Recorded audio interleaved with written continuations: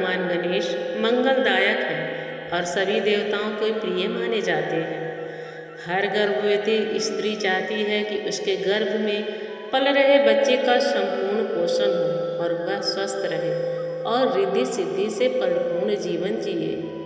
इसीलिए आज हमारे शास्त्रों में उल्लेखित भगवान गणेश का गर्भ रक्षा मंत्र आप सभी को बताने जा रही हूँ।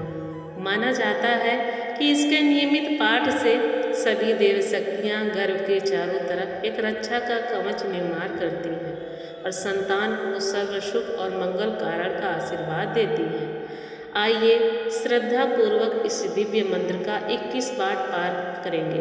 प्यारे भक्तों, अगर आप इस गणेश मंत्र का पाठ नहीं कर सकते तो अपने मोबाइल में चलाकर इस वीडियो को छोड़ दीजिए और मंत्र को सिर्फ सुनते रहिए।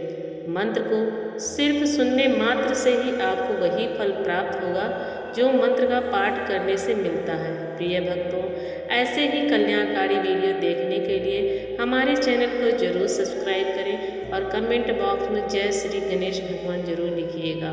वीडियो पसंद आए तो दिल से एक लाइक कीजिएगा। चलिए मंत्र का उच्चारण करते हैं। गजाननाय विद्महे वक्रतुंडाय धीमहि तन्नो दन्ती प्रचोदयात्। गजाननाय विद्महे वक्रतुंडाय धीमहि तन्नो दन्ती प्रचोदयात्। गजाननाय विद्महे वक्रतुंडाय धीमहि तन्नो दन्ती प्रचोदयात्। गजाननाय विद्महे वक्रतुंडाय धीमहि तन्नो दन्ती प्रचोदयात्। गजाननाय विद्महे वक्रतुंडाय धीमहि तन्नो दन्ती प्रचोदयात्। गजाननाय विद्महे वक्रतुंडाय धीमहि तन्नो दन्ती प्रचोदयात्।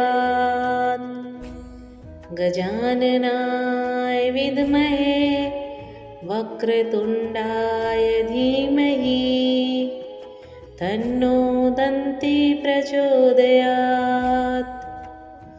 गजाननाय विद्महे वक्रतुंडाय धीमहि तन्नो दन्ती प्रचोदयात्। गजाननाय विद्महे वक्रतुंडाय धीमहि तन्नो दन्ती प्रचोदयात्। गजाननाय विद्महे वक्रतुंडाय धीमहि तन्नो दन्ती प्रचोदयात्। गजाननाय विद्महे वक्रतुंडाय धीमहि तन्नो दन्ती प्रचोदयात्। गजाननाय विद्महे वक्रतुंडाय धीमहि तन्नो दन्ती प्रचोदयात्। गजाननाय विद्महे वक्रतुंडाय धीमहि तन्नो दन्ती प्रचोदयात्। गजाननाय विद्महे वक्रतुंडाय धीमहि तन्नो दन्ती प्रचोदयात्। गजाननाय विद्महे वक्रतुंडाय धीमहि तन्नो दन्ती प्रचोदयात्। गजाननाय विद्महे वक्रतुंडाय धीमहि तन्नो दन्ती प्रचोदयात्। गजाननाय विद्महे वक्रतुण्डाय धीमहि तन्नो दन्ती प्रचोदयात्। गजाननाय विद्महे वक्रतुण्डाय धीमहि तन्नो दन्ती प्रचोदयात्। गजाननाय विद्महे वक्रतुण्डाय धीमहि तन्नो दन्ती प्रचोदयात्। गजाननाय विद्महे वक्रतुण्डाय धीमहि तन्नो दन्ती प्रचोदयात्। गजाननाय विद्महे वक्रतुण्डाय धीमहि तन्नो दन्ती प्रचोदयात्। गजाननाय विद्महे वक्रतुण्डाय धीमहि तन्नो दन्ती प्रचोदयात्। गजाननाय विद्महे वक्रतुण्डाय धीमहि तन्नो दन्ती प्रचोदयात्। गजाननाय विद्महे वक्रतुण्डाय धीमहि तन्नो दन्ती प्रचोदयात्। गजाननाय विद्महे वक्रतुण्डाय धीमहि तन्नो दन्ती प्रचोदयात्। गजाननाय विद्महे वक्रतुण्डाय धीमहि तन्नो दन्ती प्रचोदयात्। गजाननाय विद्महे वक्रतुण्डाय धीमहि तन्नो दन्ती प्रचोदयात्। गजाननाय विद्महे वक्रतुण्डाय धीमहि तन्नो दन्ती प्रचोदयात्।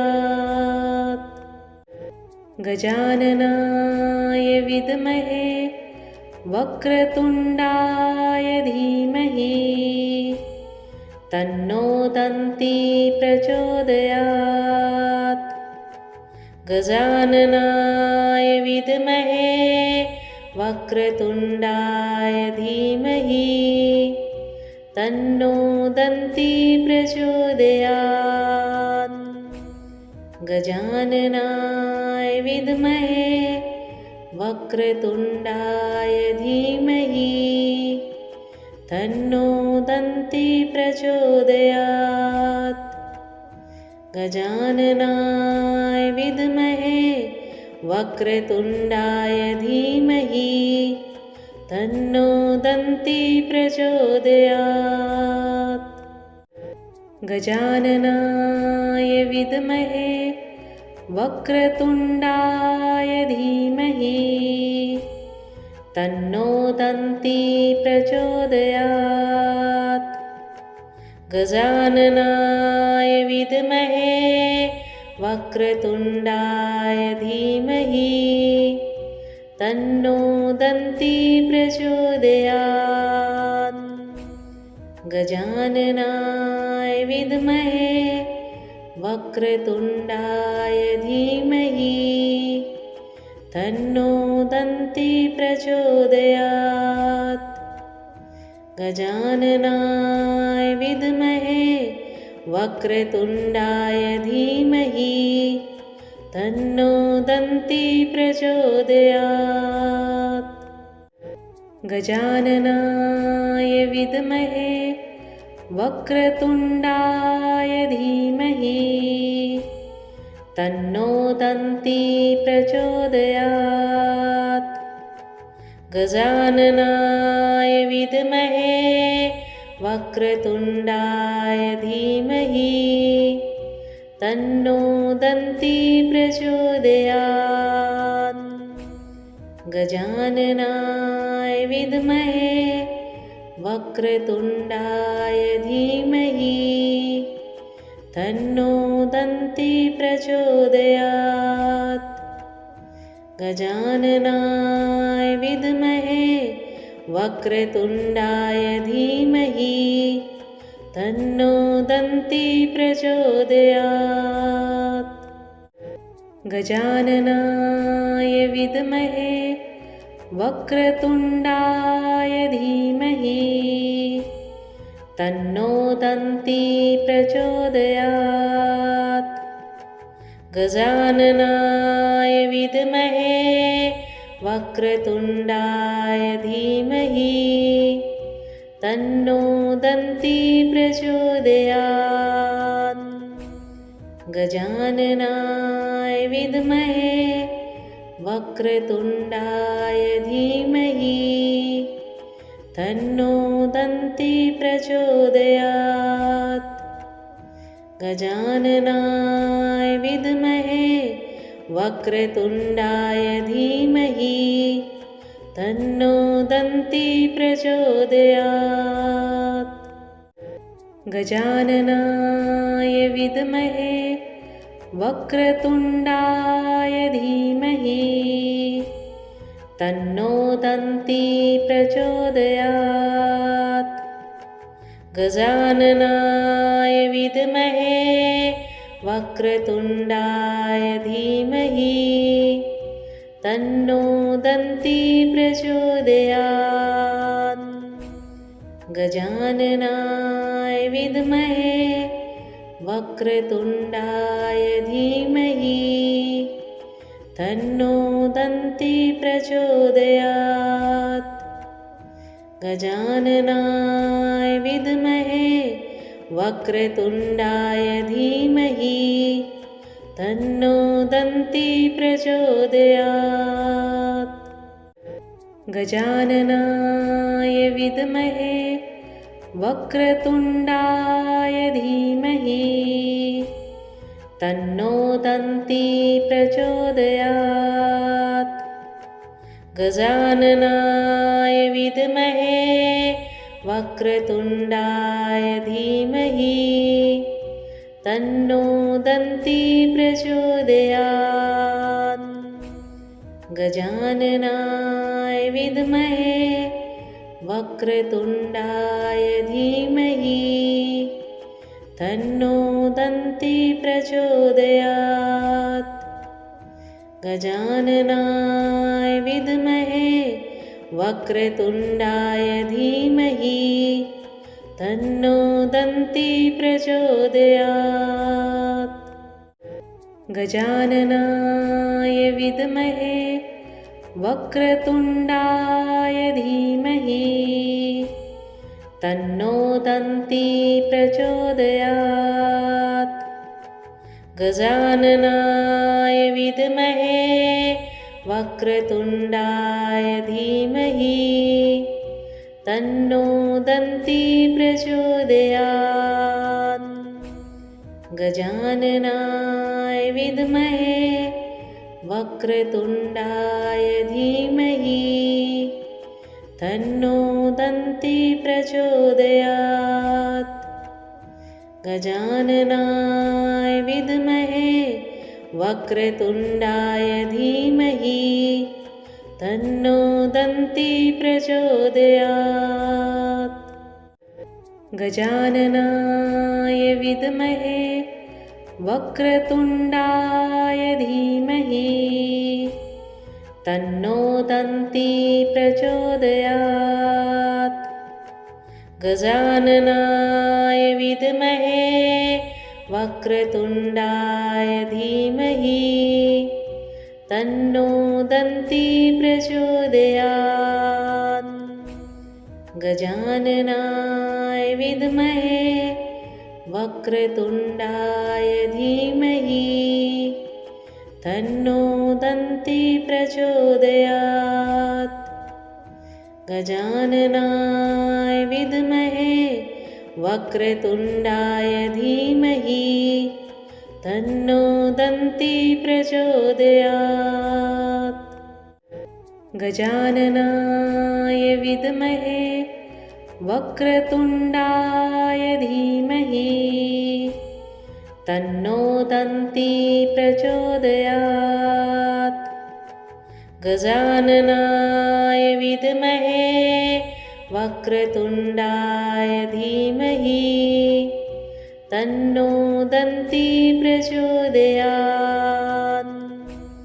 गजाननाय विद्महे वक्रतुण्डाय धीमहि तन्नो दन्ती प्रचोदयात्।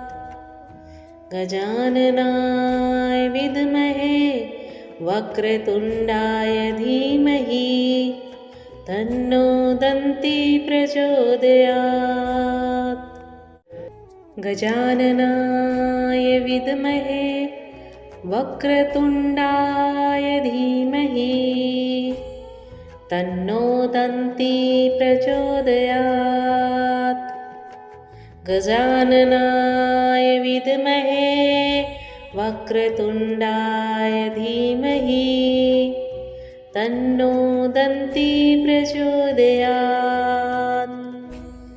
गजाननाय विद्महे वक्रतुण्डाय धीमहि तन्नो दन्ती प्रचोदयात्। गजाननाय विद्महे वक्रतुण्डाय धीमहि तन्नो दन्ती प्रचोदयात्।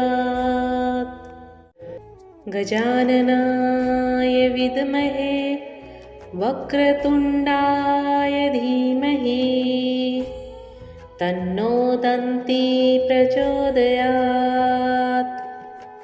गजाननाय विद्महे वक्रतुण्डाय धीमहि तन्नो दन्ती प्रचोदयात्। गजाननाय विद्महे वक्रतुण्डाय धीमहि तन्नो दन्ती प्रचोदयात्। गजाननाय विद्महे वक्रतुण्डाय धीमहि तन्नो दन्ती प्रचोदयात्। गजाननाय विद्महे वक्रतुण्डाय धीमहि तन्नो दन्ती प्रचोदयात्। गजाननाय विद्महे वक्रतुण्डाय धीमहि तन्नो दन्ती प्रचोदयात्। गजाननाय विद्महे वक्रतुण्डाय धीमहि तन्नो दन्ती प्रचोदयात्। गजाननाय विद्महे वक्रतुण्डाय धीमहि तन्नो दन्ती प्रचोदयात्। गजाननाय विद्महे वक्रतुण्डाय धीमहि तन्नो दन्ती प्रचोदयात्। गजाननाय विद्महे वक्रतुण्डाय धीमहि तन्नो दन्ती प्रचोदयात्। गजाननाय विद्महे वक्रतुण्डाय धीमहि तन्नो दन्ती प्रचोदयात्। गजाननाय विद्महे वक्रतुण्डाय धीमहि तन्नो दन्ती प्रचोदयात्। गजाननाय विद्महे वक्रतुण्डाय धीमहि तन्नो दन्ती प्रचोदयात्। गजाननाय विद्महे वक्रतुण्डाय धीमहि तन्नो दन्ती प्रचोदयात्।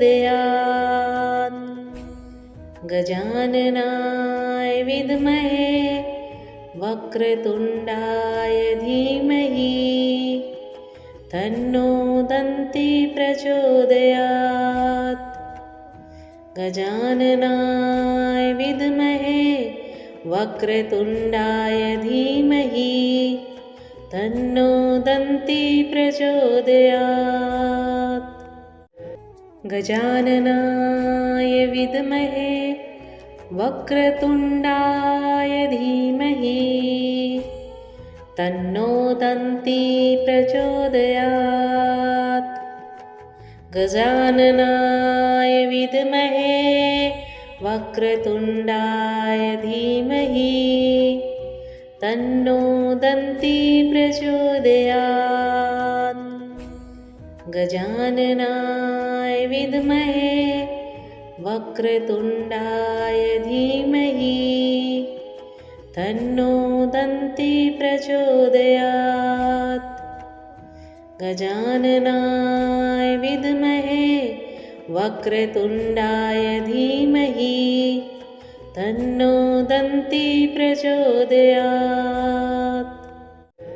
गजाननाय विद्महे वक्रतुण्डाय धीमहि तन्नो दन्ती प्रचोदयात्। गजाननाय विद्महे वक्रतुण्डाय धीमहि तन्नो दन्ती प्रचोदयात्। गजाननाय विद्महे वक्रतुण्डाय धीमहि तन्नो दन्ती प्रचोदयात्। गजाननाय विद्महे वक्रतुण्डाय धीमहि तन्नो दन्ती प्रचोदयात्। गजाननाय विद्महे वक्रतुण्डाय धीमहि तन्नो दन्ती प्रचोदयात्। गजाननाय विद्महे वक्रतुण्डाय धीमहि तन्नो दन्ती प्रचोदयात्।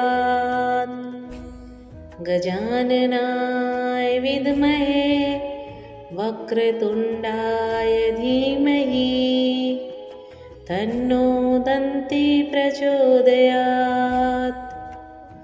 गजाननाय विद्महे वक्रतुण्डाय धीमहि तन्नो दन्ती प्रचोदयात्।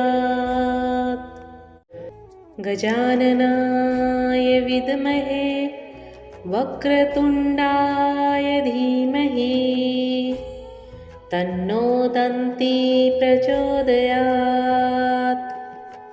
गजाननाय विद्महे वक्रतुण्डाय धीमहि तन्नो दन्ती प्रचोदयात्।